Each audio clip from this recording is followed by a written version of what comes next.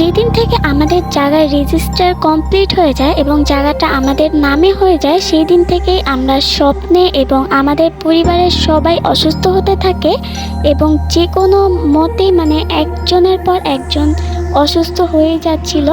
এই জায়গাটা কেনার ফলেই হয়তো বা এরকম হচ্ছিল, এটা আমাদের ধারণা ছিল, কিন্তু পরবর্তীতে এইটা একদম সত্যি বাস্তব রূপ নিল। তো আসসালামু আলাইকুম সবাইকে আমার চ্যানেলে স্বাগতম, এই শ্রাবণ অজানা গল্পে। তো তোমরা আজকে আমাদের গল্প থেকে এরকম কিছু সম্পর্কে জানতে পারবে এবং এই সম্পর্কে ঘটনাটা শুনে হয়তো বা তোমাদের ধারণাই চেঞ্জ হয়ে যেতে পারে। তো এই সময়টা ছিল 2019-এর, আজ থেকে প্রায় অনেক বছর আগের কথা। আর আমরা আমাদের বাসার জন্য জায়গা খুঁজছিলাম, যেহেতু আমরা ভাড়াটিয়া ছিলাম আর আমাদের নিজস্ব কোনো জায়গা ছিল না। তাই ভাড়া থাকা অবস্থায় সব বাবার টাকা সঞ্চয় করে করে পরিবার থেকে কিছু টাকা জোগাড় করে করে রাখতেন, তাই সে একটা জায়গা কেনার জন্য। তো কিছুদিন পর আমাদের যখন জায়গা কেনার জন্য টাকা কমপ্লিট হয়ে যায়, তো বাবা জায়গা দেখা শুরু করে। আমরা আমাদের বাসা থেকে প্রায় অনেকখানি দূর, 1-2 কিলোমিটার পরে একটা অনেক কম দামে জায়গা পাই এবং জায়গাটা ছিল অনেক সুন্দর দেখতে, কিন্তু জায়গাটা বিক্রি হয় নাই। এই জায়গাটার মধ্যে কোনো বাড়িঘর ছিল না, শুধু একটা ঘর ছিল, বাট ওই জায়গায় কেউ থাকতো না, সুন্দর ঘর ছিল তাও কেউ থাকতো না, সেটা আমাদের খেয়ালের বাইরে ছিল। তো আমরা কি করলাম, সেই জায়গার মালিকের সাথে কথা বললাম। মালিকের সাথে কথা বলার পর মালিক বলল যে হ্যাঁ, আমি এই জায়গাটা বিক্রি করতে চাই, আমার একটু দ্রুত টাকা প্রয়োজন, কারণ তার ছেলে নাকি বিদেশ যাবে। এটা শোনার পর বাবাও কনফার্ম করলো যে কিনলে এই জায়গাটাই কিনবে, যেহেতু সস্তা এবং দামেও কম, তাই কেনার জন্য অত সামর্থ্য নেই, তাই আমরা ভাবলাম যে এই জায়গাটাই কনফার্ম করব। কিন্তু মালিক বলল যে এই জায়গাটা কেনার সম্পর্কে আমি চাইবো যে আপনারা কারোর সাথে কথা না বলেন, কারণ এই জায়গা কেনার জন্য অনেক মানুষ ব্যস্ত, তিনি কারো কাছেই বিক্রি করেননি। এটা বিক্রি করেননি কারণ হচ্ছে তিনি আমাদেরকে বললেন যে এই জায়গাটা নাকি অনেক তার চেনা পরিচিত মানুষ কিনতে চাইছে, তিনি দিতে চান নাই, এর জন্য নাকি যদি তারা জানে যে উনি আমাদের কাছে বিক্রি করছে, তাহলে নাকি ওনার একটু সমস্যা হবে, তাদের সাথে কথা কাটাকাটি অথবা বন্ধুত্ব নষ্ট হতে পারে। তাই আমার বাবা আর কি ওই জায়গা সম্পর্কে কারো কাছে কথা বলে নাই। তো এরকম বেশ 6-7 মাস পর আমরা আমাদের রেজিস্ট্রেশনের জন্য টাকা ওনার হাতে দিলাম, অ্যাডভান্স কিছু দিলাম এবং জায়গাটা আমাদের নামে করে নিলাম।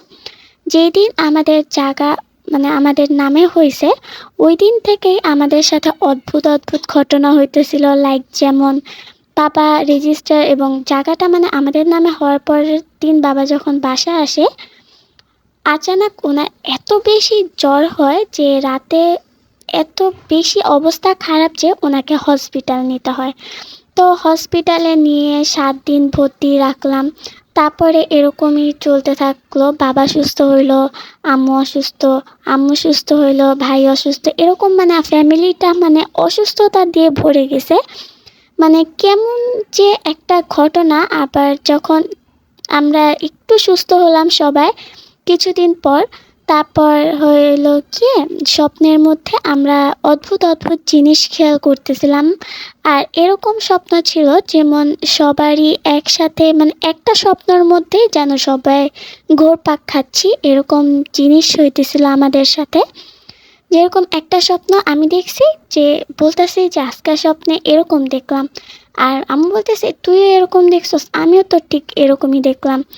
জায়গা নিয়ে এরকম হচ্ছিল, তাই সবাই ডিসাইড করলাম যে একদিন এরকম, এগুলাকে আমরা পাত্তা দিই নাই, তাই একদিন ডিসাইড করলাম যে সবাই মিলে একটু আমাদের ওই জায়গার চেয়ে ঘোরাফেরা করে আসি, দেখি। ওই জায়গায় আম্মু বললো যে কিছু গাছ লাগাবে, যে যখন টাকা হবে তখন বাড়ি তোলার জন্য কাজ শুরু করবে। তো এতদিন আমরা একটু গাছ টাছ লাগাচ্ছি, যা হবে ওখান থেকে একটু সবজি টবজি নেওয়া যাবে। সেজন্য আমরা ওই জায়গায় গাছ লাগানোর জন্য একদিন বিকাল দিকে রওনা দিলাম। তো অনেক জার্নি করে আমরা আমাদের জায়গায় পৌঁছালাম। এটা ফার্স্ট টাইম ছিল যে নিজেদের জায়গা কিনে তারপর ওই জায়গায় যাওয়া। এই ফিলিংসটা সত্যি অনেক বেশি সুন্দর। তো তারপর কি করলাম যে সবাই ঘোরাঘুরি করে আমরা জায়গাটা দেখতেছিলাম।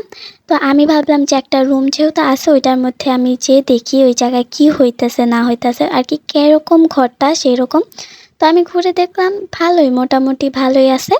তো ওই জায়গায় না আগের একটা মানে পুরনো অনেক চাপকল ছিল, অনেকেই চিনতে পারবা যে চাপকল আগে কীরকম ছিল, লাইক ওরকম ছিল।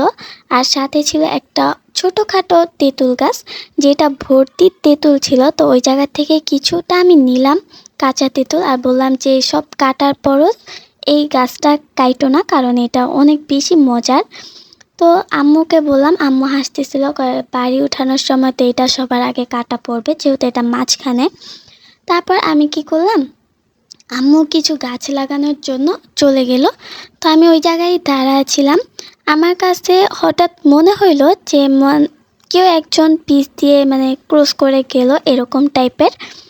তো যাওয়ার পর আমি প্রথমে এটা খেয়াল করি না, আমি ভাবছি হয়তো বা কিছু মনের ভুল। তো ওই চাপকল আমরা এতক্ষণ চাপ দিছিলাম মানে দেখার জন্য যে পানি উঠে কিনা, ওই জায়গা থেকে কোনো পানি উঠতেছিল না।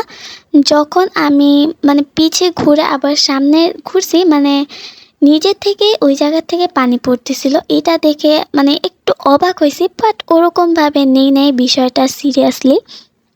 তো তারপর ভাবলাম যে হয়তো বা এটা ঠিক হয়ে গেছে। তারপর আমি যখন ডাক দিতে গেলাম আম্মুকে, এই কলটা ঠিক হয়ে গেছে। আসার পর দেখলাম ওই জায়গা থেকে কোনো মানে এক ফোঁটা বিন্দু পরিমাণ পানি ছিল না। এইটা দেখার পর আমার সিরিয়াসলি অনেক বেশি একটু মানে ঘাবড়াইছি ভিতর থেকে। বাট ভাবছে হয়তো বা এটা আমার মনের ভুল। আম্মু বলতেছিল যে না, হয়তো বা মনের ভুল, খেয়াল করো নাই, পিছে থাক, সামনে চলে আসো, আমরা এই জায়গায় গাছ লাগাইতেছিলাম।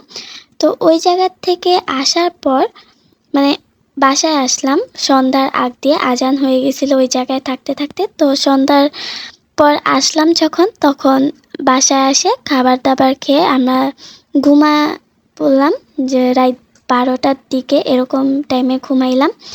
ঘুমানোর পর যখন আমরা ঘুমাইলাম আমরা শুনতে পাইতেছি যে মানে কেউ শুনতে পায় নাই, আমার রুমের কাছ দিয়ে কেউ একজন হাঁটতেছিল, মানে কীরকম একটা শব্দ, চলাফেরা এরকম টাইপের শব্দ আওয়াজ হইতেছিল। আবার রুমের দরজায় নক করতেছিল।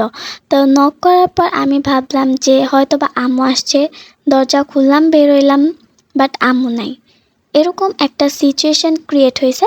তো আমি কি করলাম, বাসা মানে আম্মুর ঘরে গেলাম। আম্মুর ঘরে গিয়ে আম্মুকে ডাকলাম যে আম্মু তুমি কি এখন আমাকে ডাকছো? আম্মু বললো এত রাতে আমি কেন ডাকবো তোকে, আমি তো ঘুমে আছিলাম। তারপর ভাবলাম হয়তো বা আমি ভুল শুনছি। এটা শোনার পর আমি আবার আমার রুমে চলে আসলাম। আমার রুমে আসার সময় সামনে পড়তো হচ্ছে আমাদের বাসার কিচেন রুম। তো কিচেন রুম দিকে যখন তাকায় আমি আমার রুমের দিকে ঢুকবো, তখন আমি খেয়াল করলাম ওই জায়গায় মানে একটা মহিলা ছিল যে মানে রান্না করতেছিল এরকম টাইপের ছিল।